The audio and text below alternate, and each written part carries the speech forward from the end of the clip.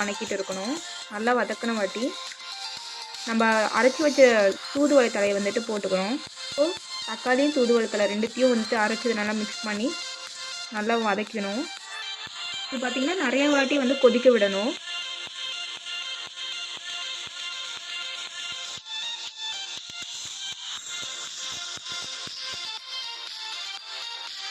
இஞ்சித்தூள் கொஞ்சம் ஓரளவுக்கு கொஞ்சம் சேர்த்து ஆட் பண்ணிக்கோங்க. ஏன்னா வந்துட்டு இது வந்துட்டு ஆன்டிபயோட்டிக்னால ரொம்ப நல்லது. அதனால தான் ரசம் வந்து இதில் மோஸ்ட்லி அதிகமாக நாங்கள் ஆட் பண்ணியிருக்கேன். இப்போ ஓரளவுக்கு எல்லாத்தையும் ஆட் பண்ணிட்டோம். இப்போ நல்லா கொதிக்க விடணும். ஒருத்தர் வந்துட்டு இந்த தலைக்கு வந்து புளி ஆட் பண்ணிப்பாங்க. நான் வந்து தக்காளி கொஞ்சம் சேர்த்து ஆட் பண்ணதுனால நான் புளி அவாய்ட் பண்ணிட்டேன்.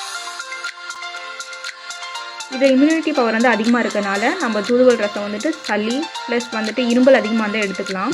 எங்கள் வீட்டில் இந்த செடி இருக்கிறதுனால நான் மோஸ்ட்லி எனக்கு சளி பிடிச்சோட ஃபேமிலிக்கு அப்படின்னா நாங்கள் மோஸ்ட்லி இதை தான் குடிப்போம்.